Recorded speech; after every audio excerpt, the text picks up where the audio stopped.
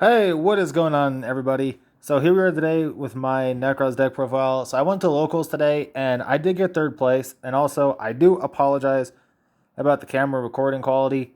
Well, like the camera recording itself isn't going to be like bad quality, but I'm using my phone to record this, so it's kind of going to be shitty. It's going to be kind of hard to manage this. But yeah, without further ado, let's get into the deck. So we are playing actually 3 Colossus. So most people who are playing Nekroz are actually running Colossus at 2 or even just 1. But since I'm playing a pure build of Nekroz, I decided to be playing 3. I like seeing this in my hand, my opening turn, like to be able to get, this and like a Unicorn on board, or to get, Trish in this and have, an extra deck monster negate. Be able to do something to like interrupt, like if you're playing against Dragon Link, Colossus is really good against Striker Dragon. Can actually stop them from getting the search of the boot sector launch. You can use it to stop the search for Dragon Ravine off of Romulus. So, all in all, it is a pretty good thing, and I actually really like seeing this in my opening hand, because you can summon it off of a lot of stuff, which is really nice, but it can discard itself to add a Nekroz Ritual spell card to your hand. So we are playing 3 Nekroz Unicorn. This is pretty much the bread and butter of the deck, this guy right here, because as long as he's on the field, your opponent's monster summoned from the extra deck have no effect. Any monster summoned from the extra deck has no effect, which is really good. He can also discard himself to recycle a Nekroz card from your graveyard back to your hand, so he's also really good at being able to recycle, charades or, something you need just to be able to make a play. We are playing the 3 Brainiac. So Brainiac can discard itself to search any of the Nekroz monsters in the deck, which is really good. And his other effect, while he's on the field, you can target 2 face-up monsters in the field that are supposed to summon from the extra deck and shuffle them back into the deck. So he is also great interruption. If you get a Brainiac on the field with Colossus on the field, that's a negate from the extra deck and a shuffle from the extra deck. Now, it does target though, so it kind of is a little difficult. But if you can get Brainiac and Unicorn on the field, which you can definitely do, your opponent literally cannot even Dragoon you, because they can summon Dragoon, but it's going to be negated by Unicorn, and Brainiac can just spin it back to the deck, because at that point the effect's negated and you can target it. So Brainiac, really, really good to actually summon in this current kind of format. We are playing 2 Valkyries. So Valkyries is actually pretty neat because it can protect you, which is really solid. But it also can be some draw power, which sometimes you actually want to use this. But most of the time, you don't really need to use his monster effect. But he is good to like protect yourself from, getting OTK'd. And then you could actually make a recovery play next turn, which is kind of neat, and that's why I like him. I am playing 2 Trishula. So most people on average only play 1 Trishula. Some people play 2. But I actually really like having him at 2. To the point where I almost thought about playing him at 3, just to be able to see him more frequently. But through playtesting, I actually bricked a lot with 3 Trishula in the deck. And that kind of fucked the consistency quite a bit, if I'm being honest. We are playing, of course, the new monster, a Red Bear. This guy is just insanely good. He's negation, negation, negation.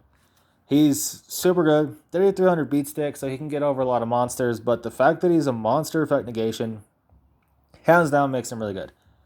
He can discard himself and contribute up to 2 other Nekroz monsters from your hand or field, and then send Nekroz cards from your deck to the graveyard, which can set up some plays. Like it can set up a decent play off of like a Shuriat with Nekroz Mirror to be able to resummon.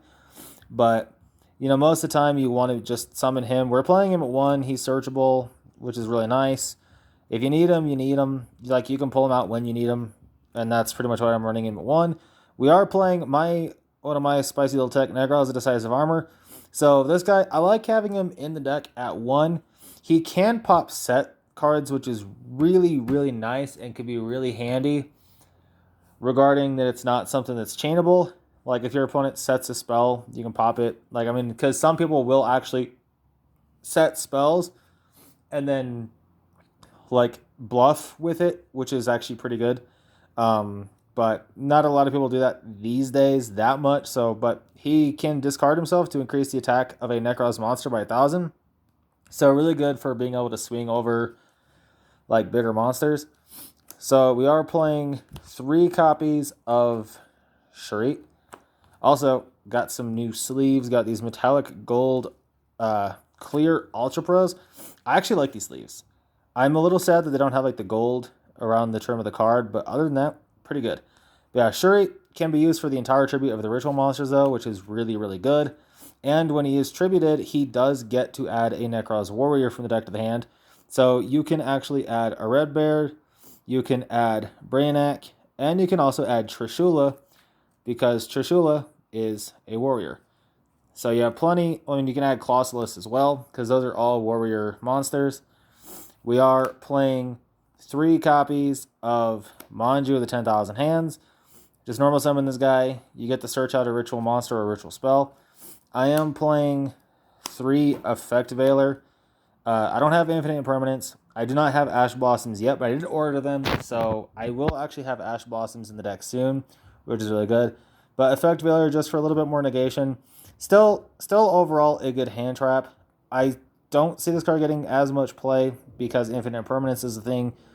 But this card, though, still really good. But the only problem is this card has to be used in the main phase, which is why Effect Veiler isn't that great, but it's still usable. So for our spells, we are playing 3 Kaleidoscope. So Kaleidoscope is probably the best ritual spell in the deck, and that's why I'm actually playing it at 3. I did think about cutting this down to 2, but I just really enjoyed this ritual spell a little too much, because we do actually tend to go around this card a little bit more, due to the fact that you always want to try to summon a Unicorn, and being able to summon Unicorn and like Brainiac, Unicorn and Valkyris, like you have many different options, and having having the 3 Kaleidoscopes increases your chance of seeing this and being able to get a decent like first turn play off, which is kind of the main reasons why I am playing this at 3. Also being able to go like into Trishula and Colossalus, I really like it. But all the Nekroz ritual spells have the effect though that when they are in the graveyard and you don't control any monsters, you can banish this from the graveyard with another Nekroz card, and then add a Nekroz spell card from a deck to your hand, which is really good. But how Kaleidoscope works is you can use it to ritual summon multiple ritual monsters from your hand equal to the level of a monster you send from your extra deck, or you can use this like a normal ritual summon using like a Sharit to ritual summon any of the rituals. You can do that with Sharit because Sharit counts as the whole tribute. But otherwise, you have to summon multiple monsters off Kaleidoscope. So, like, if you're going to summon Unicorn and Colossus, you need, level 7. If you're going to summon, like, Trishula and Colossus together, you need level 12s. So, you need actually a very diverse level extra deck just to be able to play with Colossus, but it's just super good. So, we have Nekroz Mirror. So this card actually has the benefit of being able to banish monsters equal to the level of the monster you're ritual summoning. Or you can just banish straight out of the graveyard. But you can banish levels equal to what you're summoning out of the graveyard with Nekroz Mirror, which is really good. But I'm only playing 2 Mirror, and I am playing only 2 Cycle. Nekroz Cycle allows you to ritual summon a ritual monster out of the graveyard, which is super, super good. Being able just to ritual summon, but you have to use material from your hand or field. But this lets you summon a monster from the graveyard, which is really cool. And then we are playing 1 Rhoda to be able to search our Sharit or our Colossaluses. We are playing 3 Preparation Rites. This allows us to recycle our ritual spells, let us search monsters, and is just overall pretty much a required card in every single ritual deck. I am playing 2 copies currently of Pot of Desire, but I will be cutting these for Ash. I will be completely cutting these for Ash. And then I'll probably take out the Decisive Armor for the Ash Blossoms when I do get them. So take these 2 out, and then probably the Decisive Armor, and then just play the 3 Ash. And then for the last spell, we are playing 3 Dark Ruler No More.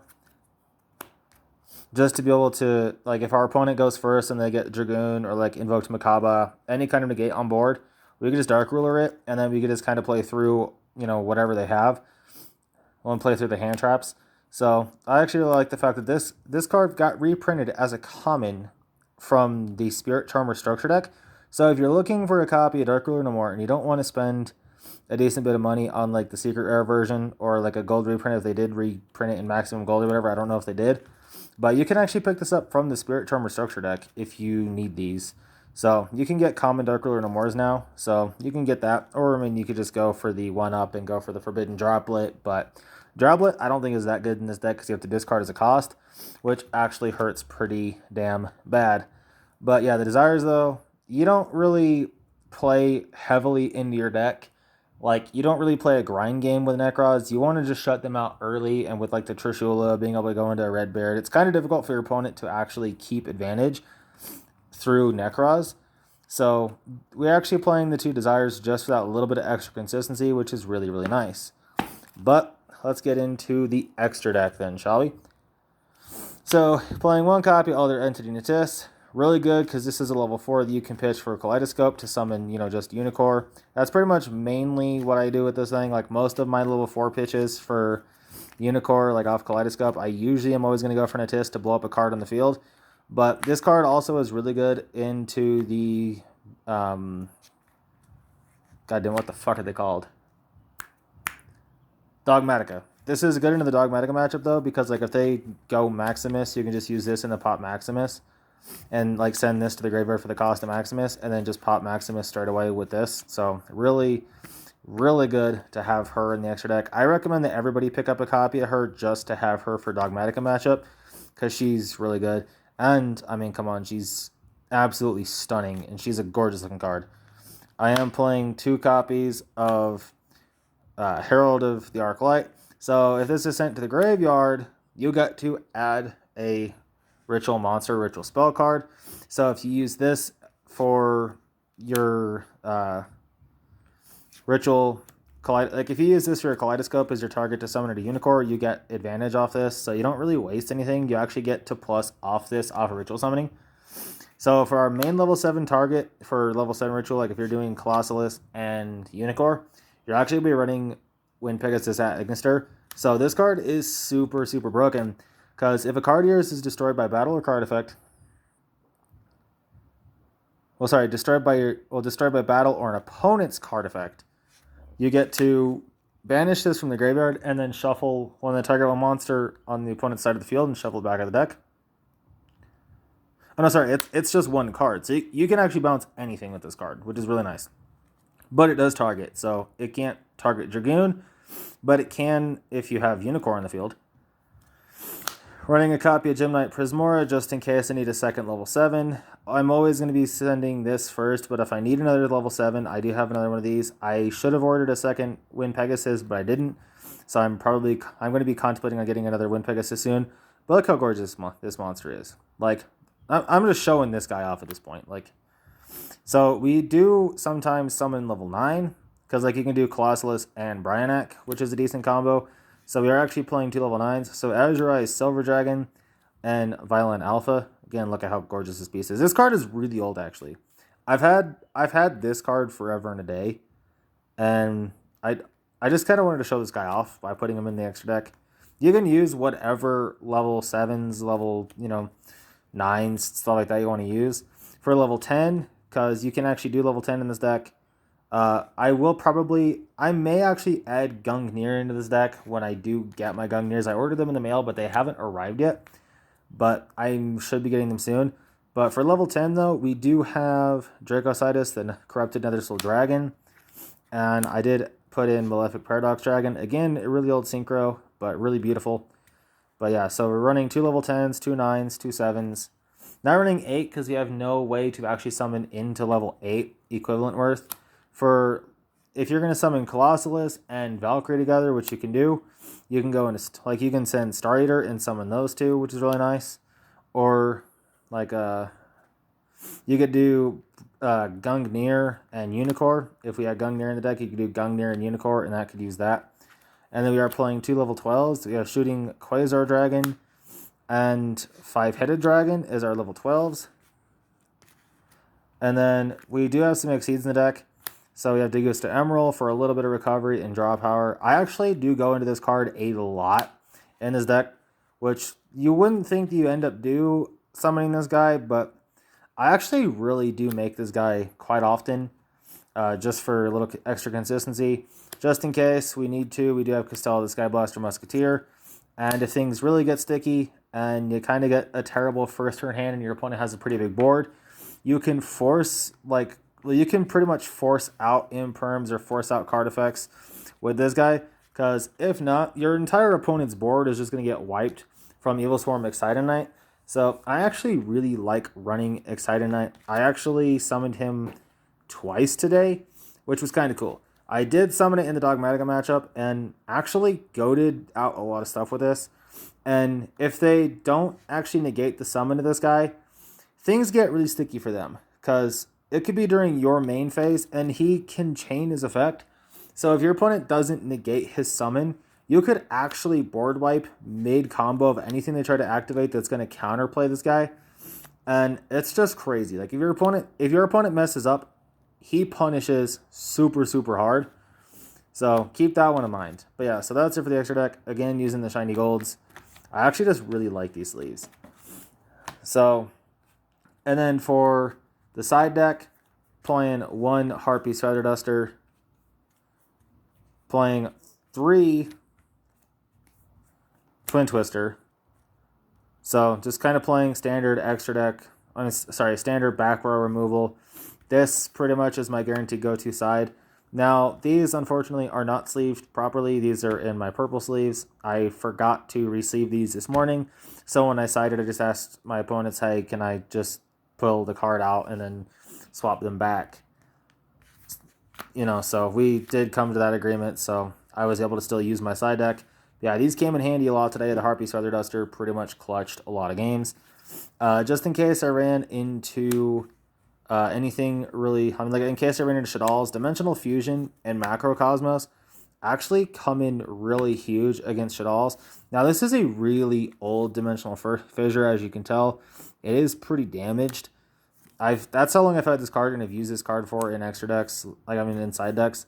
These two have pretty much been with me for the dawn of time, and honestly, because of my emotional attachment, I did not upgrade the rarities of these and actually go to newer rarities. I just kept my original ones that I've played for the longest time. And then 3 Dimensional Barriers. Now, I don't have, like, there were some other cards that I thought about putting in, but they wouldn't have really been, like, super useful. I thought about Breakthrough Skill, just in case I needed, like, more negation. But I couldn't find my Breakthrough Skills last minute, so I ended up not putting them in. I know that I have them, but I think they're in one of the other tins. I looked through all my rarity tins because I'm pretty sure I had super Breakthrough Skills, but couldn't find them. I could have just swapped them in for like Fiendish Chains and put Fiendish Chain in the side deck, but I didn't. But so, like, today, this actually came in clutch. Used this a lot because we actually had quite a few people playing Invoked today. Dimensional Barrier came in really clutch against Invoked entirely. The Twin Twisters and the Harpy's Feather Duster pretty much were included in like 5 out of the 8 rounds today. Like 5 out of the 8 matches. So we kind of saw a lot of play out of these cards. So, you know, I am pretty happy about how that went. But yeah, so that is my Nekroz deck profile. I hope you guys actually enjoyed this video. Hopefully it wasn't like too bad a quality. I think the explanations were pretty good, at least. So let me know what you guys think. If you guys like this deck and you want to go ahead and give this particular build out a try, I would recommend it. If there are any changes you want to make, you know, feel free. There's a lot of things you can do with Nekroz, and as I said, I will be getting my Ash Blossom soon, so there will be a video update for that. So I will catch you guys in the next one. Adios.